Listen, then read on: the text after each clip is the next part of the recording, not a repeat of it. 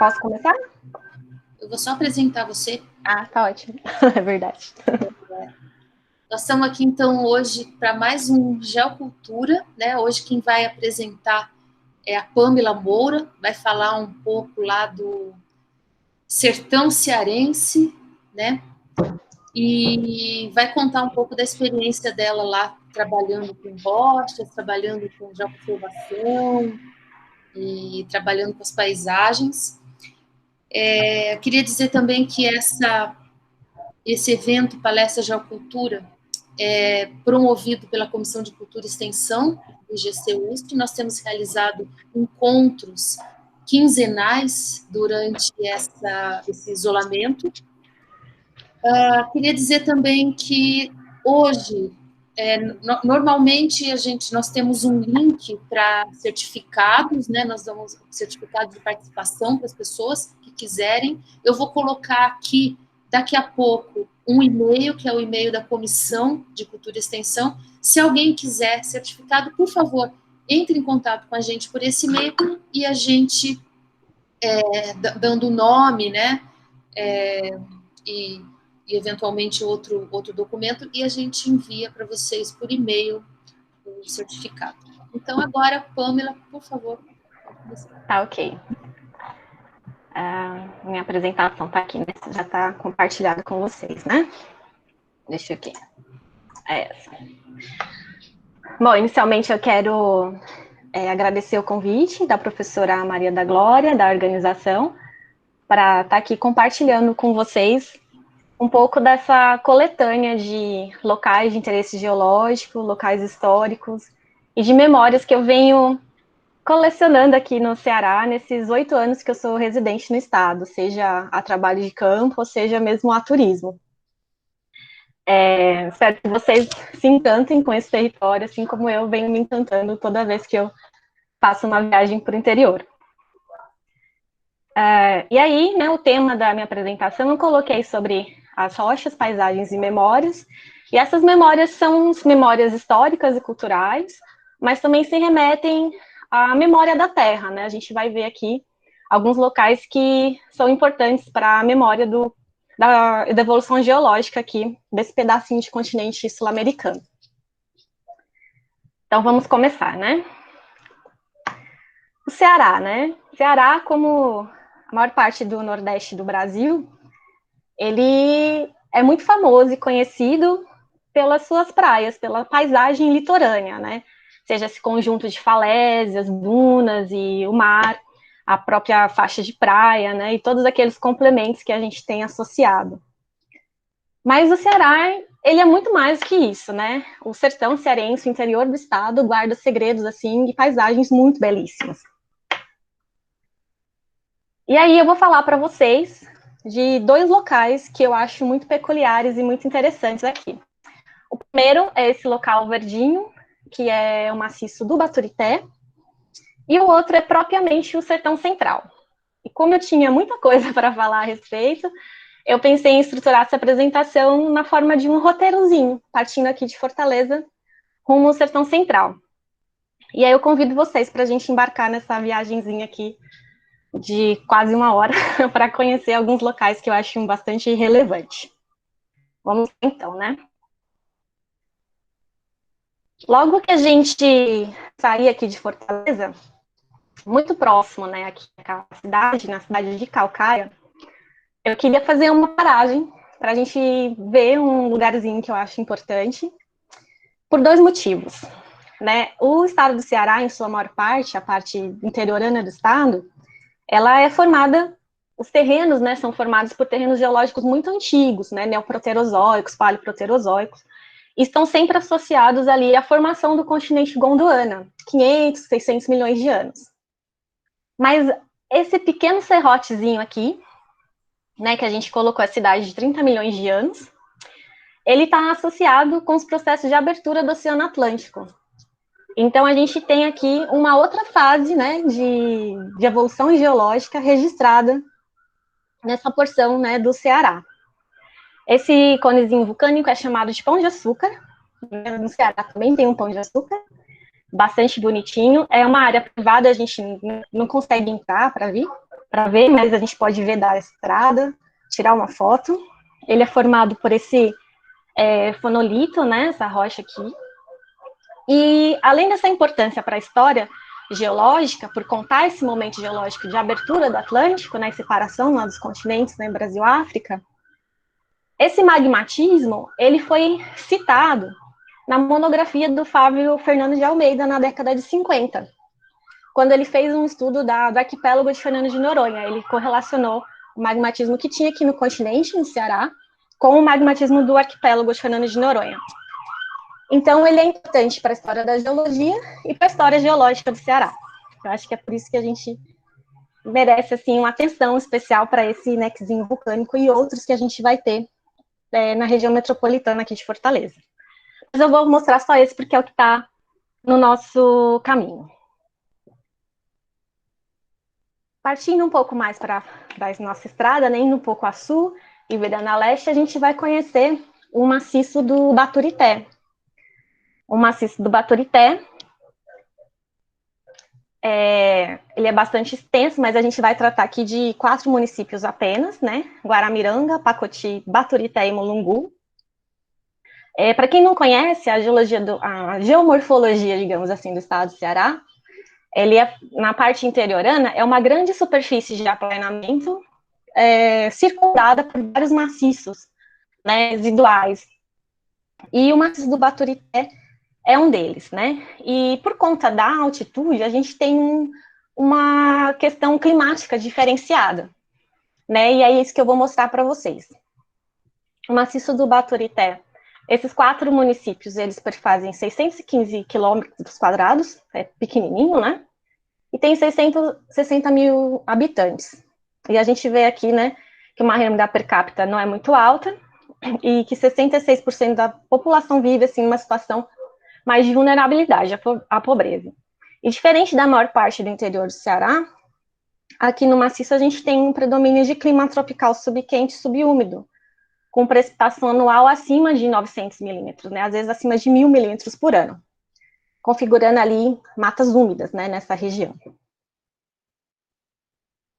Para a gente ter só uma ideia da geologia, a gente vai ter aqui predominantemente, né, alguns xistos e quartzitos nessa porção cinza da unidade de independência do complexo Ceará, né, também de idade neoproterozoica, paleoproterozoica.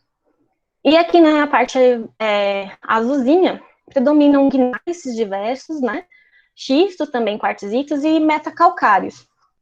Tanto que nas porções mais de topografia mais baixa, né, no entorno desse maciço, a gente vai ter bastante exploração desse metacalcário para a indústria química, para a obtenção de cal e indústria de pintura, né, de tintas. E aí o maciço do Baturité, ele tem algumas peculiaridades. A gente vai encontrar ali muita umidade, uma floresta muito parecida e com espécies remanescentes de Mata Atlântica. A gente pode fazer, quando a gente faz trilhas, tem cachoeiras, banho de rio, etc., a gente vai encontrar bromélias, orquídeas e tantas outras árvores, né, que eu não sou muito boa em nome de planta, mas a gente vai encontrar um microclima super diferenciado, bastante agradável e parecido, assim, com a região de Serra do Mar, em São Paulo, dadas as devidas proporções, obviamente. Para vocês verem, né, essa foto não é muito boa, mas eu quis mostrar que no Ceará também tem neblina, também tem cerração, e a gente encontra 16 graus, né? Acho que ninguém pensa em fazer uma viagem para o Ceará, passear no Ceará e encontrar um lugar que faça 16 graus. Isso em fevereiro. Então, acho que é uma coisa bastante interessante e inusitada de se encontrar aqui no território.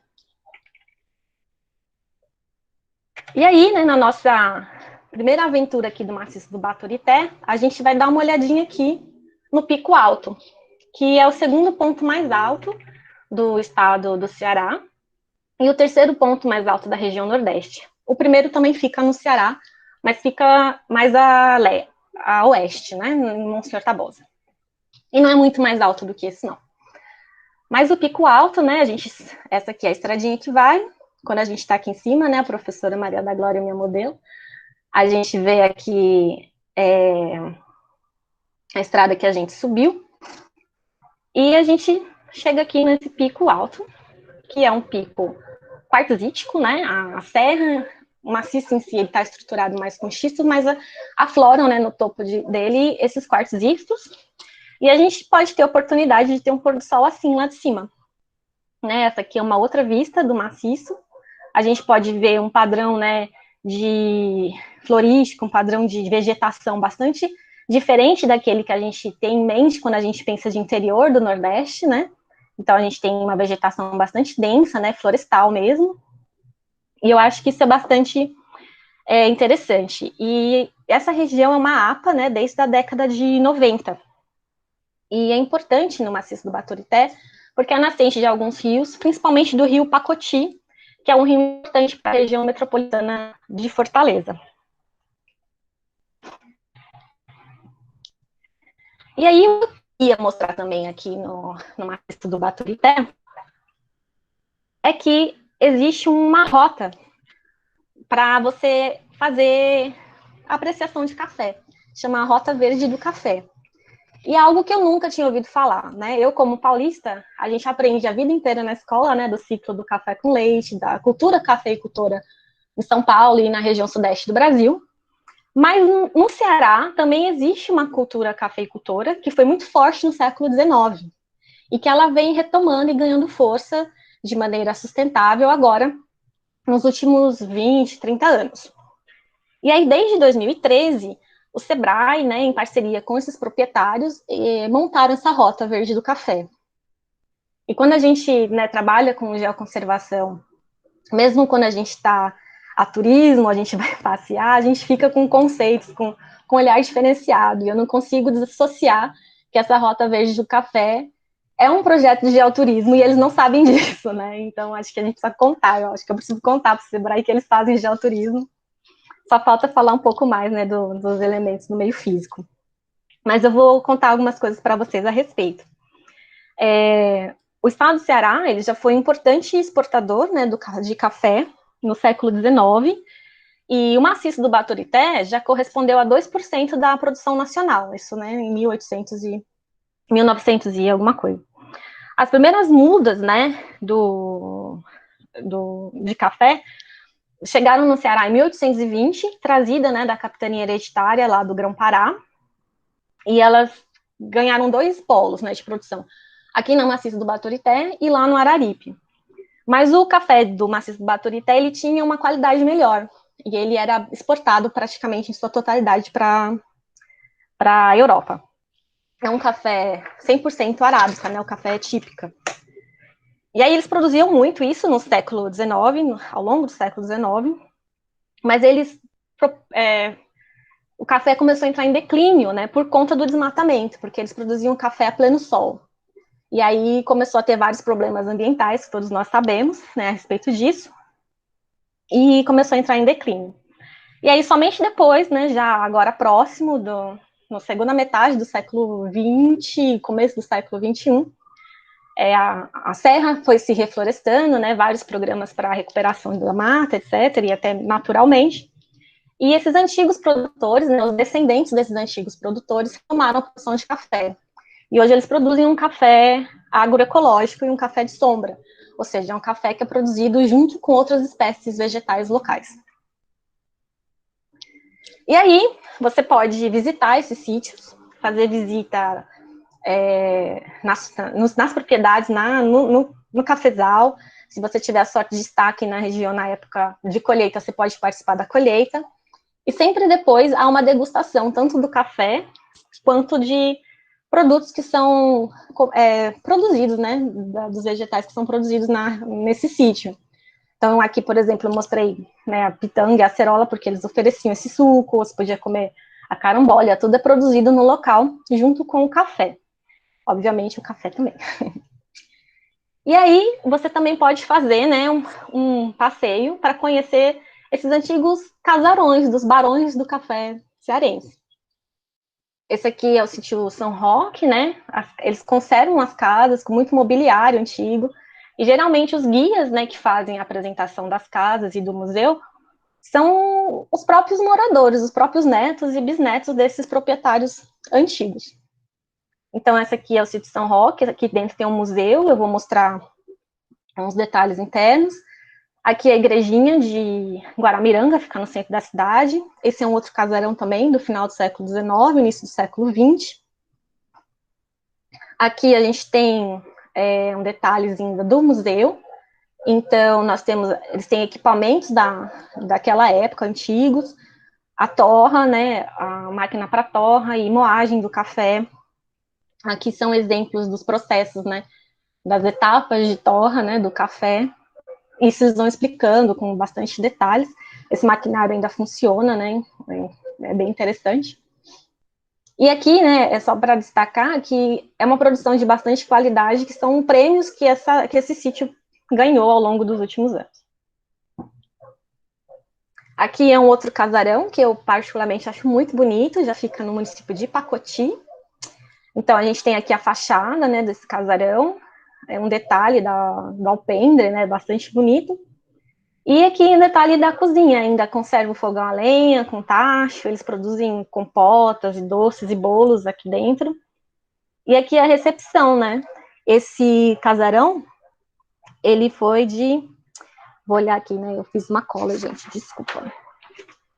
Ele é de 1850, né? Que ele começou... Esse sítio, né? Começou a produzir café em 1850. E então a gente tem aqui toda essa questão, né? E é a neta ou bisneta desse proprietário inicial que faz a apresentação. Então tem toda uma questão emocional, né, afetiva, né, quando eles vão contar a história da produção do café. E eu achei assim muito interessante, porque eu não fazia ideia, né, que isso pudesse ser encontrado aqui no Ceará, um local que tivesse uma história de produção de café, né, que a gente não ouve falar, né, muito fora daqui. Então, por isso que eu quis fazer essa paradinha antes da gente chegar no sertão, para vocês conhecerem esse local que eu acho bem legal. E aí, partindo do maciço do Baturité, a gente vai descer a serra, vai seguir a sul, na minha proposta pela CE 060, que é conhecida também como Estrada do Algodão, porque era a estrada de escoamento do algodão da região sertaneja do Ceará para o litoral, também do século XIX e XVIII, mas isso é uma outra história que eu não vou contar hoje. E a gente vai conhecer aqui uma outra perspectiva, né, da cultura sertaneja. No sertão, o sertão cearense ele é subdividido em várias regiões, né? A gente vai falar especificamente aqui do sertão central, mas existe o sertão de Crateús, o sertão de Inhamuns, né? Outros sertões, a gente vai falar do sertão central, mais especificamente de 5 municípios do sertão central: Quixadá, Quixeramobim, Senador Pompeu, e Mombaça e Pedra Branca. É uma região que vai ali perfazer 10 mil quilômetros quadrados. A gente já está falando uma perspectiva de 260 mil habitantes, um pouco menos da metade vive, né, em áreas rurais, mas a densidade demográfica é bastante baixa, né, não chega a 30 habitantes por quilômetros quadrados, né, comparado, por exemplo, com a região metropolitana de Fortaleza, que a densidade demográfica é muito alta. E um IDHM de médio para baixo, né, então ali também quase 70% da população vive uma situação de vulnerabilidade, né, a pobreza, de acordo com os dados da PNUD do último censo. E aí sim a gente já vai estar dentro de um contexto de clima semiárido, aquele semiárido que a gente sempre fala, né, do polígono das secas, de estiagem, de concentração de chuvas ali no primeiro quadrimestre do ano, né, de fevereiro a maio, com uma média de chuva inferior a 800 milímetros por ano, mas em algumas regiões chove menos do que isso, e é uma área de franco domínio da caatinga. A gente já não vai encontrar aqui nenhum tipo de espécie remanescente da Mata Atlântica, né? A gente já vai estar falando da caatinga e de toda aquela questão arbustiva, cíclica, né, da vegetação de caatinga. Então a gente vai chegar no sertão central aqui por Quixadá, ou pela BR-122 ou pela CE 060. E aí em Quixadá, a gente, né, vamos falar um pouquinho só da geologia. É um mapa bem complexo, mas eu queria chamar a atenção para 2 coisas, principalmente. 3, na verdade. Primeiro, essa grande área aqui, vermelhinha, que está mapeada, né, como suíte intrusiva, a cálcio alcalina, mas são dois grandes batólitos graníticos, né, do final ali do Neoproterozoico, ali na fase final da formação do continente Gondwana, né? E esses dois batólitos, né, que são mapeados como suíte intrusiva, a gente vê aqui uma linhazinha do lado deles, que é uma zona de cisalhamento, a zona de cisalhamento Senador Pompeu. E é uma zona de cisalhamento muito importante para a história da geologia. E a gente tem a contraparte africana. Então, quando separou, né, o continente Gondwana, né, uma parte do registro dessa zona de cisalhamento está aqui, né, na América do Sul, e a gente tem uma outra parte desse registro lá na África. E ele é muito importante para o entendimento, né, tectônico aqui da província Borborema e do continente sul-americano. E também chamar a atenção para essa região toda rosa aqui, né? Principalmente aqui embaixo, que são os terrenos mais antigos que a gente vai ter aqui no Ceará, no domínio Ceará Central, né, que é um domínio tectônico bastante importante. Que as rochas aqui nessa região rosa, por exemplo, elas chegam a ter idades arqueanas, né, do Neoarqueano, próximo a 3 bilhões de anos. Então, são rochas muito antigas. Aí a gente vai passar aqui agora para algumas questões territoriais, né? A gente saiu das matas úmidas e o que a gente vai começar a encontrar aqui são muitas cactáceas, né? A gente pode se deparar, por exemplo, com espécies como cascavéis. A gente quase pisou, né?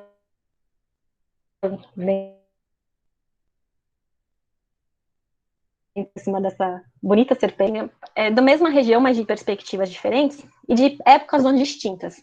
Então, a gente tem aqui essas árvores, né, esses arbustos bem verdinhos. É uma foto que foi tirada no período chuvoso. Por outro lado, se vocês verem aqui, a foto não destaca muito, mas dá para ver que esses arbustos estão todos meio brancos, meio prateados, né? Isso já foi tirado numa fase mais de estiagem, caracterizando aquilo que a gente chama de caatinga, né, de mata branca, que é o significado da caatinga. Então é legal a gente ver, né? Se a gente tirasse essas fotos, por exemplo, bem no ápice da estiagem, a paisagem está completamente branca para meio dourado, né? Aqueles tons bem secos. Mas basta uma chuva para a paisagem ficar bem verdinha. Essa dinâmica é muito interessante. E aí a gente vai agora adentrar por Quixadá e tentar ver algumas relações, né, da geodiversidade com a cultura, com a história, né, desses municípios no Sertão Central. Quixadá já começa pelo nome, né? Uma das etimologias possíveis de Quixadá na língua indígena é curral de pedra. Daí acho que essa foto aqui a gente já entende por quê, né? Então é uma área que ela é toda, né, circundada por esses inselbergues, né? É uma região que é caracterizada por uma ampla planície de aplainamento, né, que é conhecido como a depressão sertaneja, e ela é toda circundada e pontilhada por esses morrotezinhos aqui, graníticos, que são os inselbergues.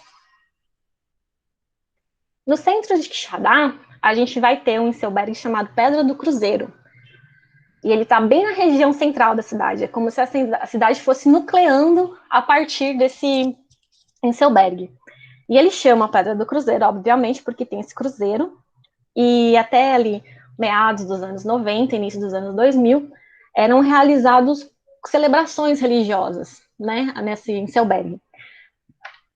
É um inselbergue granítico, né, bastante rico em feldspato potássico. Ele tem mais ou menos 190 metros de altura, não é tão alto. E, assim, ele tem uma questão, assim, complicada, que são essas antenas.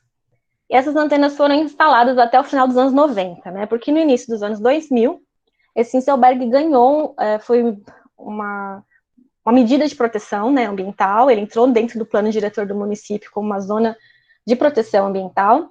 E aí não se pôde mais instalar essas infraestruturas, mas as que já existiam continuaram lá e ainda continuam sendo recebendo manutenção. Então fica assim um pouco feio, mas é um local assim bastante simbólico para a cidade.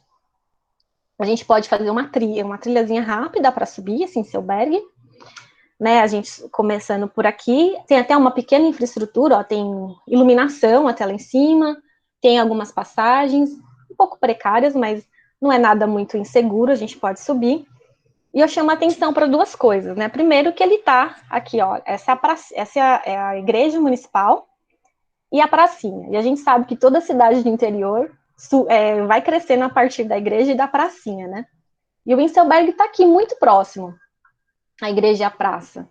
E outra coisa que chama a atenção é que a urbanização foi, né, engolindo o Winselberg dentro da cidade, tanto que tem casas, né, aqui, né, no afloramento mesmo da rocha, tá vendo? Tem um muro aqui, a gente passa, na verdade, pelo quintal da casa para fazer essa subida até o Winselberg.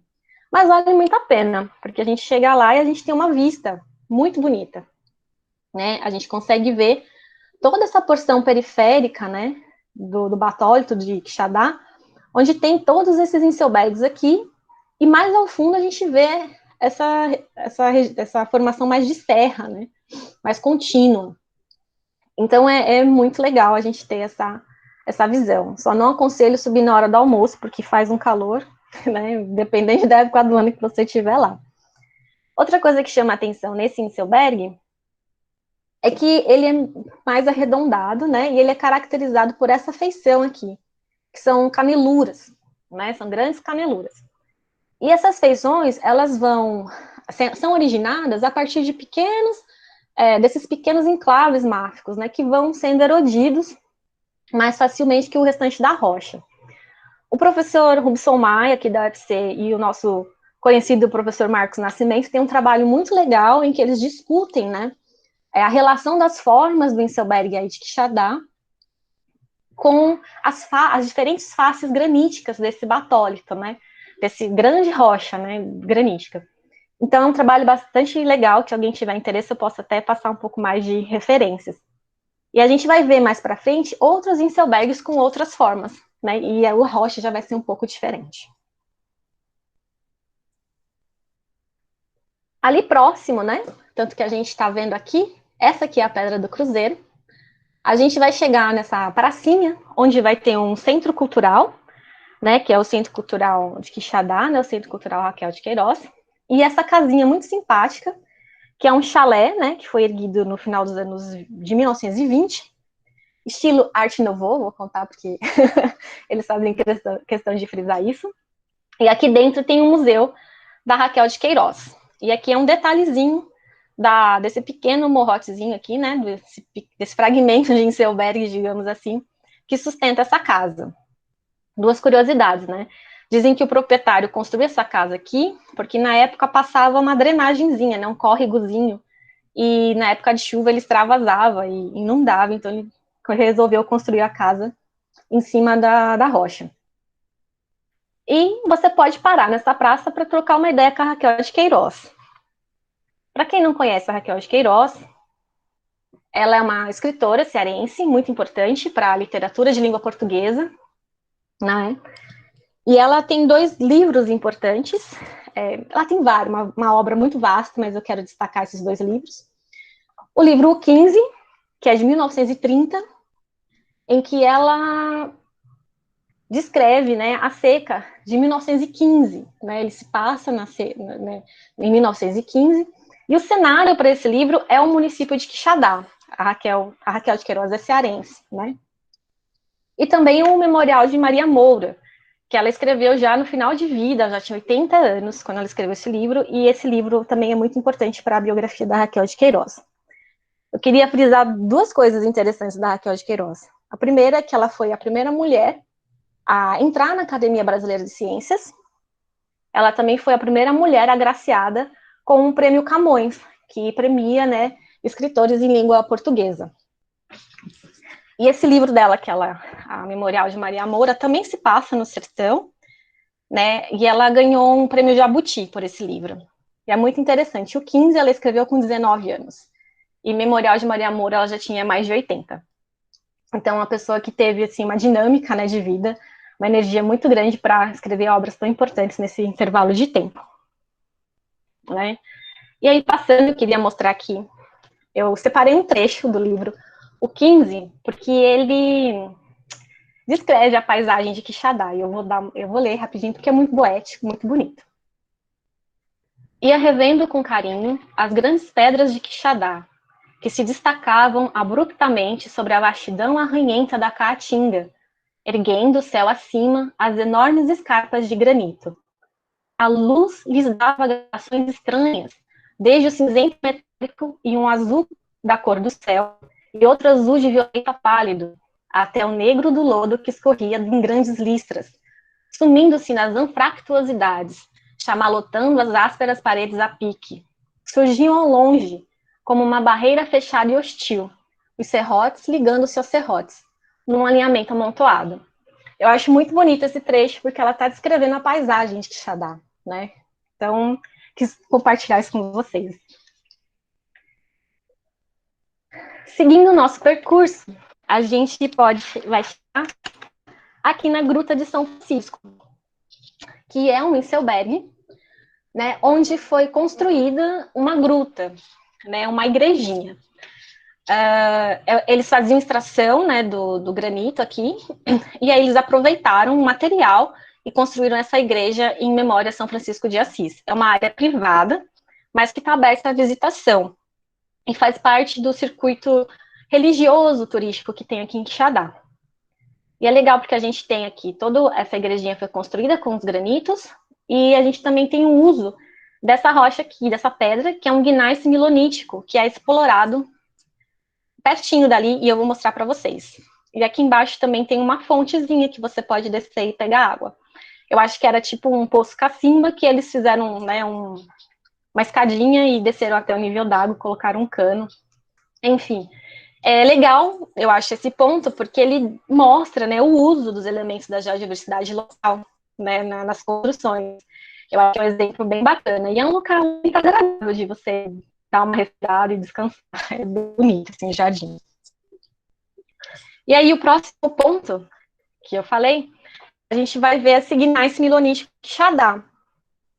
É uma pedra muito extensa, e o que eu quero chamar a atenção do porquê essa área é importante. Lembra que eu falei daquelas desalhamentos, senador Pompeu, que era importante para o entendimento da história geológica, né, do continente sul-americano, aqui do território cearense? Essa zona de cisalhamento deixa esse tipo de registro na rocha. Veja como essa rocha é bastante homogênea. Então, ele faz parte, né, está classificado como patrimônio geológico aqui do estado do Ceará, no trabalho que a gente fez, né, ao longo dos últimos 5 anos. E o que é uma rocha bastante bonita, homogênea, embora seja uma pedreira, a gente pode visitar para quem tiver um interesse maior em geologia. Olham como essa rocha é homogênea, né? E eles exploram essa rocha com pedras de cantaria, né, para paralelepípedo, revestimento, calçamento urbano, e também para revestimento, assim, de construções, né, mais rústicas. E a exploração, ela ainda é toda artesanal, ela é feita aqui com esses, eu não sei o nome desse equipamento, mas ela é feita aqui com esses cinzel, né, acho. Eles vão cortando esses blocos, né, ou em forma de paralelepípedo. É um trabalho muito difícil, né, fazer isso no verão cearense. Para muitos anos, e acho que tem muitos anos ainda de operação pela frente. E aí, o nosso próximo ponto, também fica próximo ali, é a Serra do Urucum. Vejam, a gente está indo em Quixadá, mas aqui a gente já não tem aquele padrão de Inselberg, né? Porque já não é um granito. Essa rocha aqui que forma essa serra é um migmatito, né? Um gneiss migmatítico. E aqui em cima, nesse pedacinho aqui, existe um santuário católico destinado a Nossa Senhora, Rainha do Sertão, que recebe muitos, muitos turistas ao longo do ano. Vou mostrar em detalhes ele para vocês. Né, então, esse aqui é um detalhe da rocha que a gente consegue ver na subida, né? Esse gneiss aqui. Bom, lá em cima, nesse santuário, a gente logo vê essa igrejinha, e olha quem a gente encontra aqui revestindo a igreja, né? Aquele gneiss milonítico que a gente acabou de ver na pedreira. Novamente, né? Eles pegaram um material local na construção da igreja. Né? E a gente tem aqui essa igreja, e esse local aqui que o meu modelo, Daniel, está, é o local onde tem esse altar, né, dedicado à santa. Então, é uma área bastante grande, e a gente tem uma vista muito bonita, né, lá de cima. No dia a gente estava bastante chuvoso, então, essa aqui é chuva, inclusive, né, essa mancha branca aqui. A gente não conseguia ver ao longe, mas se você subir numa época mais seca, né, você consegue ter uma vista bastante ampla dessa região. E é uma área muito bonita, né? Mesmo que você não tenha nenhuma pretensão religiosa ou tenha outra religião, é um local que vale a pena conhecer pela paisagem e porque é um local calmo, né? Tem pássaros, etc. E o pessoal também faz pulo de voo livre, né? Existem rampas de voo livre nessa terra. Vamos lá depois.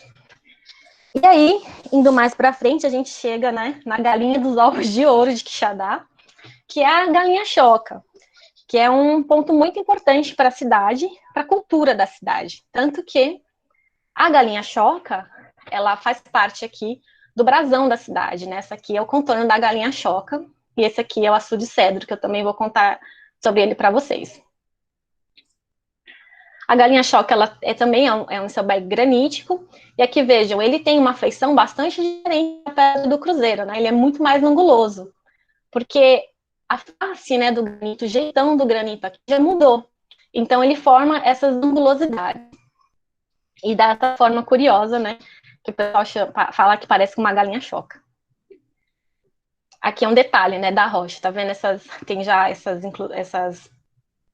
quartzito aqui no quartzo aqui no meio, né, que favorece essa angulosidade no processo.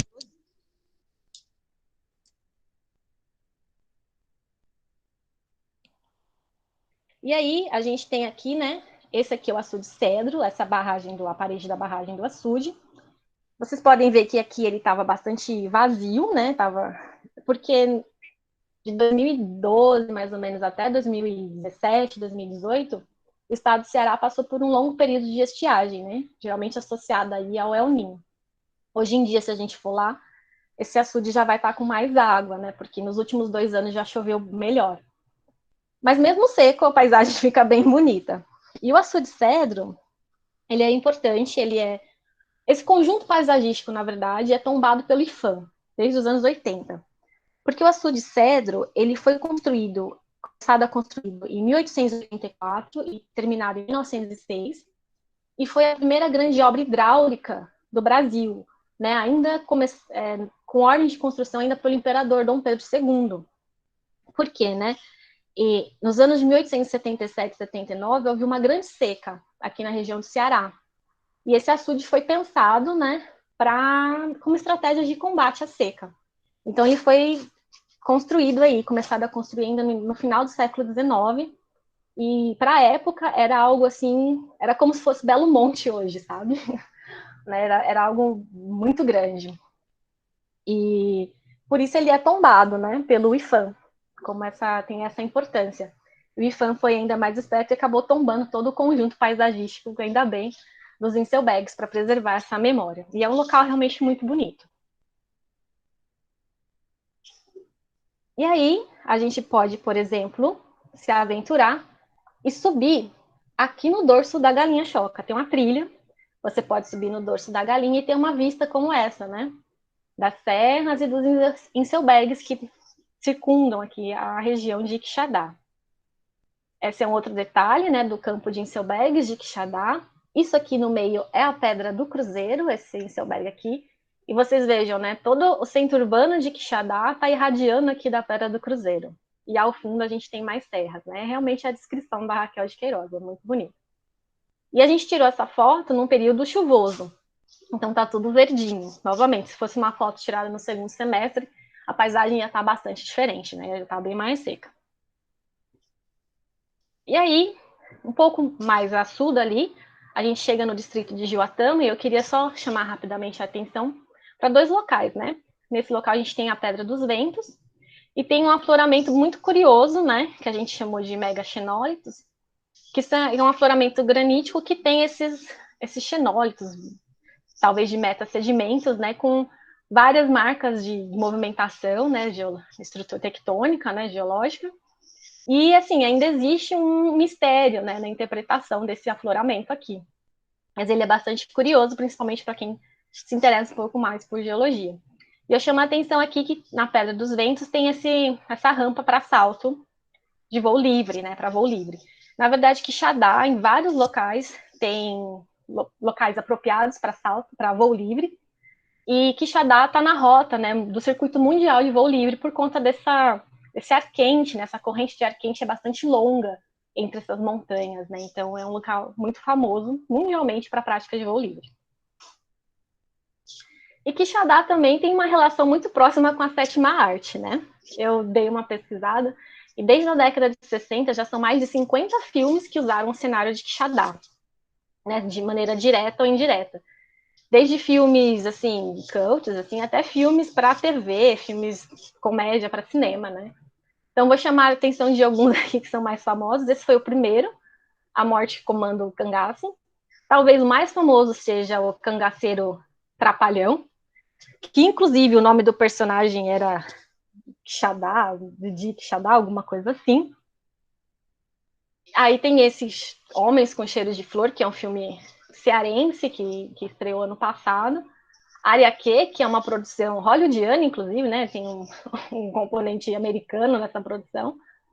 E o Shaolin do Sertão, que estreou também há pouco tempo, que tem até aqui atrás, né? Um monólitozinho, assim. Ele foi gravado em Quixadá e Xeramobim.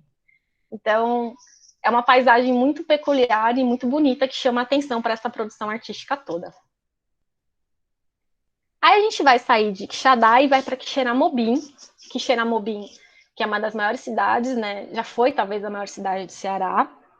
Ele foi uma sesmaria da época das capitanias hereditárias, lá em 1700 e bolinhas. E em Quixeramobim, a gente vai ter registros bastante interessantes da geologia e da história. No caminho entre Quixeramobim e Quixadá, né, a gente tem aqui a famosa Pedra da Baleia, que nada mais é uma toponímia importante. Ela está mais ou menos limitando as cidades. Então, se você está na estrada e vê essa rocha, que parecem aqui, né, uma baleia, é porque você está chegando ou saindo ali, né, de Quixadá e Quixeramobim. Vou correr aqui um pouquinho. E aí, em Quixeramobim, a gente tem aqui um afloramento interessante, que é o Granada Xisto, Quixeramobim, que ele caracteriza uma unidade, né, do Complexo Ceará, né, a unidade Quixeramobim. Para vocês terem uma ideia, a gente está aqui na base do açude. Isso aqui é o nível de água do açude que deveria estar, né, que passaria, né, a água de um lado para o outro do açude. E a gente está aqui, né? Isso foi tirado em 2015, 2016, nessa grande estiagem que eu disse para vocês que teve nos últimos anos. E aqui a gente vê, né? É um xisto, e aqui a gente tem esses grandes cristais de granada bem desenvolvidos, né? Essa bolinha vermelha aqui, para quem não tem muita familiaridade. E aqui a gente vê também essa mancha vermelhinha, tudo aqui é granada. Então ele caracteriza essa unidade, né? Dentro do mapeamento, dentro do entendimento da geologia do Ceará. Por isso que ele é importante.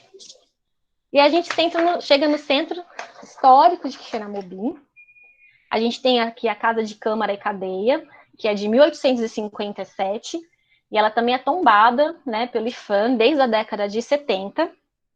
Aqui é uma antiga estrutura da estação ferroviária, que hoje em dia é como se fosse uma brinquedoteca municipal, né? Não existe mais a função, né? A ferrovia já está desativada, então eles adaptaram essa área para uma brinquedoteca. Esse aqui é um ponto curioso, porque ele é a cidade construiu esse ponto como o marco central do estado do Ceará, embora o IBGE não confirme, né, que o ponto central geográfico do estado do Ceará seja aqui. Construíram essa praça, né? Então é curioso você ir, é bonito, tem uns pontos cardeais marcados no chão. E aqui, embora a foto não esteja muito boa, é a casa do Antônio Conselheiro. Né? Eu fui, ela estava em reforma, eu soube agora que já está pronta essa reforma. E o Antônio Conselheiro, ele foi uma figura importante para a história do Brasil, porque ele está relacionado, né? Ele era o mentor religioso, talvez ideológico, da comunidade de Canudos, lá na Bahia, né? Mas ele é natural de Quixeramobim. E Canudos, a gente sabe que teve a guerra de Canudos, a comunidade foi massacrada, né, pelas forças militares da República, e o Antônio Conselheiro virou uma figura, né, representativa, talvez, da história, até mesmo um pouco mística. E em Quixeramobim, a gente tem uma xilogravura aqui, contando a história do Antônio Conselheiro e da Guerra de Canudos. Não ficou muito legal a foto, né, por conta do contraste, da iluminação, mas a xilogravura também é importante porque é uma forma de arte muito comum e muito popular aqui no Nordeste, né, essa técnica, né, de desenho. Então, eu trouxe para vocês darem uma olhada. É bem legal. Em Quixeramobim também a gente tem a Igreja de Santo Antônio, que a primeira versão dessa igreja é de 1755, e a última grande reforma, né, a última grande modificação, é do início do século passado. Então, acho que ela ainda guarda muito pouco, né, da igreja do século XVIII, mas a estrutura dela é do século XVIII. E na base, aqui na frente dela, a gente tem aqui uma escultura de Santo Antônio que foi feita no granito. Ela não é uma escultura recente, ela não é antiga, mas é legal que ela está usando, né, a rocha também ali da localidade. Eu acho que isso é o mais interessante sobre Quixeramobim. E aí a gente pode ir um pouco mais para a periferia de Quixeramobim e dar uma olhadinha nesse grande floramento, né, do granito Quixeramobim. O que chama a atenção nessa região é que existem vários desses lajedos muito grandes, graníticos, e nesses lajedos a gente tem, né, o desenvolvimento desses cristais enormes de feldspato, né, de feldspato potássico. E por todos os lados que você olha, você vê esses cristais muito grandes, o que é algo, para quem não é da geologia, isso é algo incomum, né? Não é tão simples você achar granitos com cristais assim, de 10, 15, 20 centímetros às vezes. Então, é bastante interessante esse afloramento. E essa rocha tem ali aproximadamente uns 580, 560 milhões de anos, né? E ainda em Quixeramobim, mais a sul, a gente chega aqui no limite desse batólito, né, no contato dessa grande rocha granítica com as rochas encaixantes, né, ou seja, com as rochas que já estavam lá antes desse granito ser formado, digamos assim. E é uma região que é chamada de Encantado, né, o açude Encantado. E eu realmente me encantei quando eu cheguei com essa paisagem, porque é muito bonita. E nessa região, assim como em vários outros locais de Quixeramobim, a gente tem muitos registros arqueológicos, sejam pinturas rupestres ou gravuras rupestres, material também arqueológico. Então, essa figura aqui, ela não está muito visível, né? Às vezes é ruim tirar foto por conta tem muita luminosidade, e eu não sou lá, né, essa fotógrafa tão boa assim, mas é esse paredão aqui. Tem muitos desses registros em Quixadá e em Xeramobim. Eu, particularmente, não me sinto muito à vontade para expor esses registros, por conta da vulnerabilidade desses locais, né? Eu não quero ser a pessoa apontada como quem divulgou um local arqueológico e, de repente, esse local foi degradado, né? Então, eu tenho muita ressalva em mostrar esses locais, principalmente porque a gente tem dificuldade de acesso para saber a que pé que está, né, a investigação e o cuidado do IFAM com esses locais. Mas eu trouxe aqui para ilustrar. Esse está aqui no Encantado, mas em toda a região de Quixadá e Xeramobim a gente encontra esse tipo de registro arqueológico.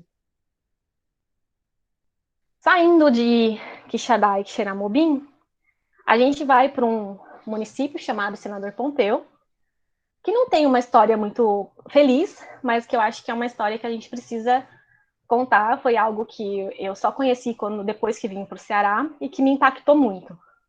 Né? A gente está vendo aqui esse morrotezinho, essas casinhas. Essas casinhas, elas fazem parte de um conjunto de casas da Vila dos Ingleses, conhecida como Vila dos Ingleses, que é da década de 1920. Os ingleses, em 1920, vieram para Senador Pompeu para construir um açude, o açude Patu, que essa é a barragem do açude, né? Você vê também que o açude aqui está seco. E essas casas hoje estão em ruínas, muitas delas. Outras ainda servem de moradia. Eu falei, né? Em 1915 houve uma grande seca, né? Aqui no Ceará. E aí o governo contratou essa empresa inglesa para construir o açude. Essa empresa começou a construir o açude, mas abandonou a obra, não sei por quê. Mas ali, na década de 30, houve uma outra grande seca no Ceará. E essa estrutura da Vila dos Ingleses foi utilizada pelo governo meio que como um campo de concentração para reter os flagelados da seca que vinham até Senador Pompeu para pegar um trem para vir para Fortaleza. Então, a gente teve 7 desses campos de concentração no Ceará, na década de 30. Isso aqui são fotos, né, essas duas aqui são fotos que eu peguei desse blog, dessa pessoa que eu não conheço, mas para ilustrar, né, que no Ceará tiveram 7 desses campos, e em Senador Pompeu, esse local chegou a funcionar durante 1 ano e ter 16 mil pessoas. E era o campo de Patu. E as pessoas que iam para esses campos, elas eram obrigadas, né, gentilmente obrigadas, a trabalharem na construção do açude, no término da construção do açude. Muitas dessas pessoas morriam de fome ou morriam de cólera. Há registro de muitos surtos de cólera entre essa população. E, para mim, isso foi algo muito chocante, saber que a gente já teve esse tipo de política pública, né, no Brasil, mesmo que já faça ali quase seus 100 anos. Né, eu acho que é algo bastante impactante. E tem um filme que eu soube esses dias, de 2019, que chama Currais. É um documentário ficção que trata um pouco dessa história. Mas eu acho que a gente precisa tornar isso, né, vivo, né, na memória, né, do país mesmo, assim, né? Eu fiquei bastante chocada com essa história. E existe, desde a década de 80, uma caminhada chamada Caminhada da Seca, que sai do município, da sede do município de Senador Pompeu e vai até esse açude de Patu, que são mais ou menos 6, 7 quilômetros, onde existe um cemitério das almas, né, que é um cemitério simbólico, porque na época desses campos as pessoas eram enterradas em valas coletivas. Mas como muito da população é descendente dessas pessoas, né, eles construíram esse cemitério e todo ano tem essa caminhada até esse cemitério para relembrar os mortos, né, dessa trágica história, desse trágico momento da história do Ceará. É só deixar registrado. E aí, a gente saindo de Senador Pompeu, a gente vai para Pedra Branca. E em Pedra Branca, a gente tem aqui alguns registros geológicos bastante interessantes. O primeiro é esse bonito cavalgamento aqui, num corte de estrada. É o cavalgamento de Pedra Branca. Eu falei para vocês, né, que quando a gente estava naquela área vermelhinha do mapa, a gente estava pensando nas rochas graníticas, né, neoproterozoicas. E essa região de Pedra Branca e de Mombaça, a gente já está falando nas rochas mais antigas aqui do estado, né, de idade paleoproterozoica e até mesmo arqueana. E esse cavalgamento ele é muito bonito, ele provavelmente não está associado a uma orogenia, né, ou seja, a um continente anterior ao Gondwana, talvez até mesmo ao Rodinha, né? Precisa de um pouco mais de estudos. Mas é muito bonito para pessoas que gostam de admirar rochas. A gente tem muitas estruturas de dobras intrafoliares, budãs, de todos os tamanhos, tipos, posições, alguns pods também. É um afloramento muito bonito, né? Bem interessante. Acho que mesmo para quem não tem muito conhecimento em geologia, é um local que vale a pena, né, parar, prestar atenção. Ou é um local que chama um pouco de curiosidade, né, quando você está passando na estrada, porque é um afloramento também bastante grande. E a gente tem próximo a esse afloramento um outro afloramento, né, um outro geossítio, que é a sequência tipo Greenstone de Pedra Branca, que é um meta-riolito, né, que está intercalado com esse actinolita xisto, com essa rocha aqui bastante friável, que já está bem temperizada, né, mais escura. E o importante desse afloramento é que ele está relacionado com algumas mineralizações, com alguns depósitos minerais que vêm sendo estudados e descobertos nos últimos anos nessa região, principalmente para cromo e para elementos do grupo da platina, né? Então, ele é um depósito que tem um significado, né, para potencial mineral muito importante. Por isso que eu quis chamar a atenção para ele. E aí, Pedra Branca tem esse nome por conta dessa pedra branca aqui, que é um bloco de quartzo. E ele tem uma história, né? A história que me contaram na cidade foi a seguinte: quando eles estavam construindo a igreja, né, que essa aqui é a lateral da igreja central, né, da cidade. Ou seja, a pedra branca, ela está numa redoma de vidro do lado da igreja matriz. Ou seja, ela tem um significado importante para a comunidade. E tem até um desenho aqui, né? Então, conta-se que na época que foram construir essa igreja, eles tiraram essa pedra durante a desculpa, durante a escavação, né, para a estrutura. E eles colocaram esse bloco, né, assim, próximo na frente. E esse bloco de quartzo passou a ser um ponto de referência. As pessoas passaram a se encontrar na Pedra Branca. Ao invés de você falar para o seu crush te encontrar lá na Praia de Iracema, né? Ou em na Avenida Paulista, ou no Farol da Barra, você falava para ele te encontrar na Pedra Branca. Na ocasião, essa cidade ainda não era cidade, né? Era um distrito e chamava Tabuleiro da Peruca. E aí, quando a cidade foi emancipada, ela ganhou o nome de Pedra Branca, por conta desse bloco de quartzo, que se a gente encontrasse, né, para a geologia, ele não tem nenhum significado especial, ele não é bonito, ele não está com cristais bem formados, é uma coisa amorfa, leitosa, mas ele tem um significado cultural, né, a ponto de dar nome para uma cidade, dar nome para uma naturalidade, né? Então, eu acho que esse é o grande, grande poder, né, dos elementos aí da geodiversidade com essa relação, né, popular. Eu acho que é muito legal essa questão do município da Branca. E aí, para finalizar lá, em 30 milhões de anos, a gente vai chegar aqui numas rochas agora mais antigas, no município de Mombaça. No município de Mombaça, eu queria mostrar duas coisas para vocês. A primeira são esses milonites. Novamente, lembram lá da zona de cisalhamento de Senador Pompeu que a gente viu lá em Quixadá, né, a quilômetros e quilômetros de distância? Novamente, a gente vê a ação dela aqui, nessa rocha, para a gente ver o quão poderosa foi essa zona de cisalhamento na época, no Neoproterozoico. É um afloramento bastante não fotogênico, né? Ele está bastante alterado aqui no meio dessa ruazinha de chão, mas ele tem esse registro geológico importante, né? Por isso que ele precisa ser guardado como memória. E para finalizar, a gente vai ter aqui a rocha que até o momento é datada como a mais antiga do Ceará, que é esse gneiss tonalítico, que ele foi datado com 2,79 bilhões de anos, né? É um trabalho do Allen Fetter, do início dos anos 2000. Infelizmente, ele foi dinamitado parcialmente na ampliação da rodovia, mas a gente ainda consegue ver boa parte da estrutura dele, né? Na tese, né, do pesquisador que fez o trabalho e a datação, tem uma foto desse afloramento inteiro, e quando a gente chegou lá, ele já estava, assim, um pouquinho destruído, mas o valor científico dele, né, de ser, até o momento, a rocha mais antiga datada do Ceará, ainda continua, né?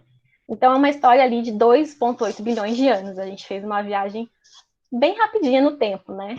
Eu acho que isso é o valor. E a gente finaliza, né, aqui, essa pequena incursão, né? Acho que eu já falei demais, quase uma hora, já deu uma hora, pelo interior do Nordeste, pelo sertão nordestino, né, daqui do Ceará. Eu acho que é uma região muito peculiar, muito interessante do ponto de vista da geologia, da geomorfologia, da paisagem e da cultura. E a gente precisa começar a valorizar isso, né? Mas também, não só apenas a região litorânea, mas aqui a região sertaneja. E para finalizar, né? Um pôr do sol no sertão. Essa foto não é digna do pôr do sol do sertão, né? Quem admira, né, um pôr do sol no litoral é porque nunca viu um pôr do sol no sertão. Nenhuma foto vai fazer jus a esse pôr do sol do sertão, mas é realmente magnífico. Eu agradeço muito a atenção de vocês, agradeço novamente a organização pelo convite. Muito obrigada, pessoal, e estamos à disposição. É isso.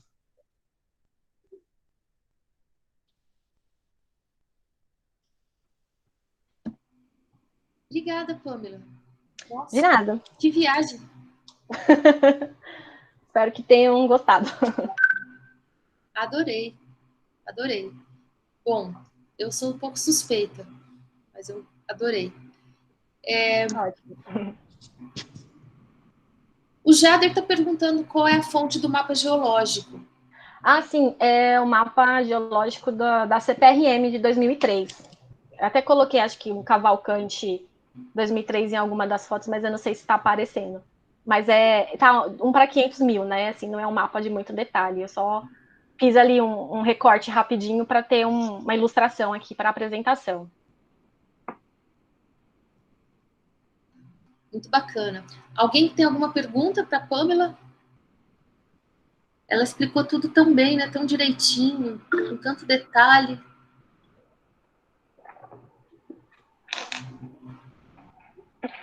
Muito bacana. Pois é, também estou um pouco suspeita para falar dessas áreas, né, Glória? Acho que a gente se impressionou bastante com várias coisas que a gente encontrou, né, pelo caminho. Sim. O sertão é algo que tem uma coisa muito bacana, né? Que no início, a primeira vez que você vê o sertão mesmo seco, é uma coisa árida, né? Parece que é algo duro. Depois, quando você começa a ver a beleza, é realmente impressionante. Você começa a só ver beleza. É muito bonito mesmo. O Jader está até comentando, né, que existem registros históricos e livros, né, sobre os currais de retirantes. Até só para comentar, eu sei que existe já um projeto, né, do município de Senador Pompeu para fazer o tombamento, né, desse sítio histórico, né. Não sei a que pé que está isso, mas existe essa intenção. Assim, eu acho que a posição que eu comentei, né, de a gente falar um pouco mais dessas histórias, é que, por exemplo, eu tenho certeza que quase ninguém fora do Ceará ouviu falar sobre isso, né? Então, acho que a gente é isso que poderia ter mais, né, como história do Brasil. O que a Raquel de Queiroz descreve no 15 é esse lugar em Senador Pompeu? Não sei. Porque ela descreve um acampamento, ela fica um tempo no acampamento. Sim, então, existiram vários, né? Eu não sei, eu não li o livro dela na íntegra, assim, né? Então, eu não sei te dizer. Pode ter sido. Você acha que teve um em Xeramobim também? Teve aqui em Fortaleza?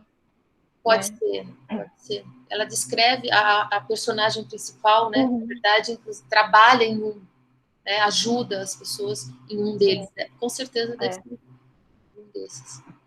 Pois é. É isso. É isso.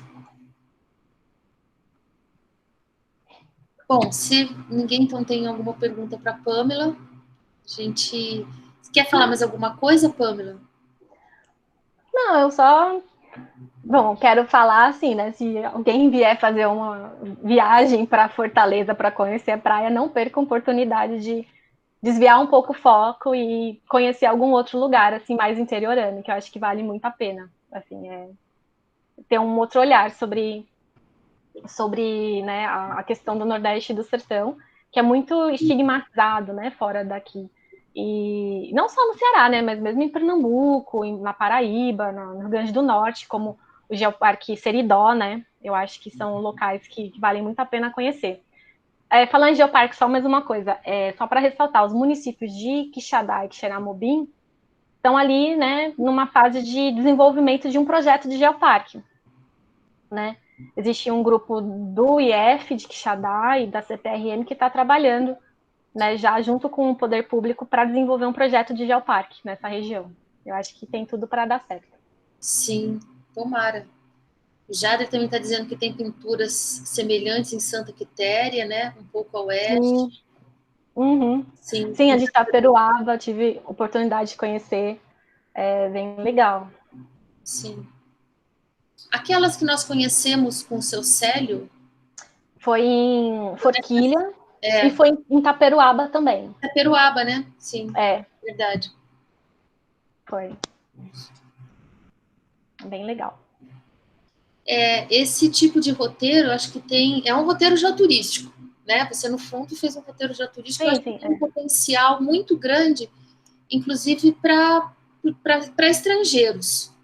Sim, acho que sim. Às vezes, mais até do que... Não que os brasileiros não valorizem, mas os estrangeiros eu acho que valorizam bastante esse tipo de roteiro.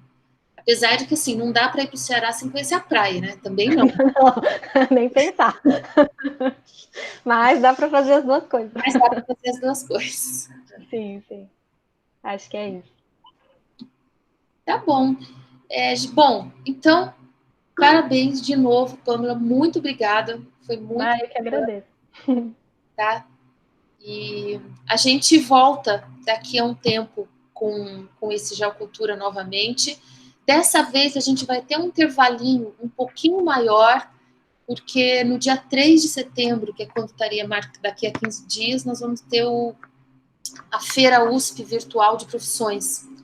E vai ser justamente nesse dia. Então, nós voltamos com esse evento daqui a 3 semanas. E em setembro, né, que vai as 2 apresentações de setembro, nós vamos ter o mês da Índia.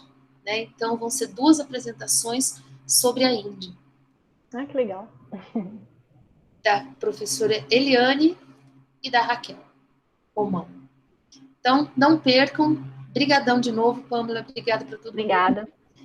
Não se esqueçam, se alguém quiser um certificado, escrevam para a gente no e-mail que eu coloquei. E até a próxima. Muito obrigada. Obrigada, até mais.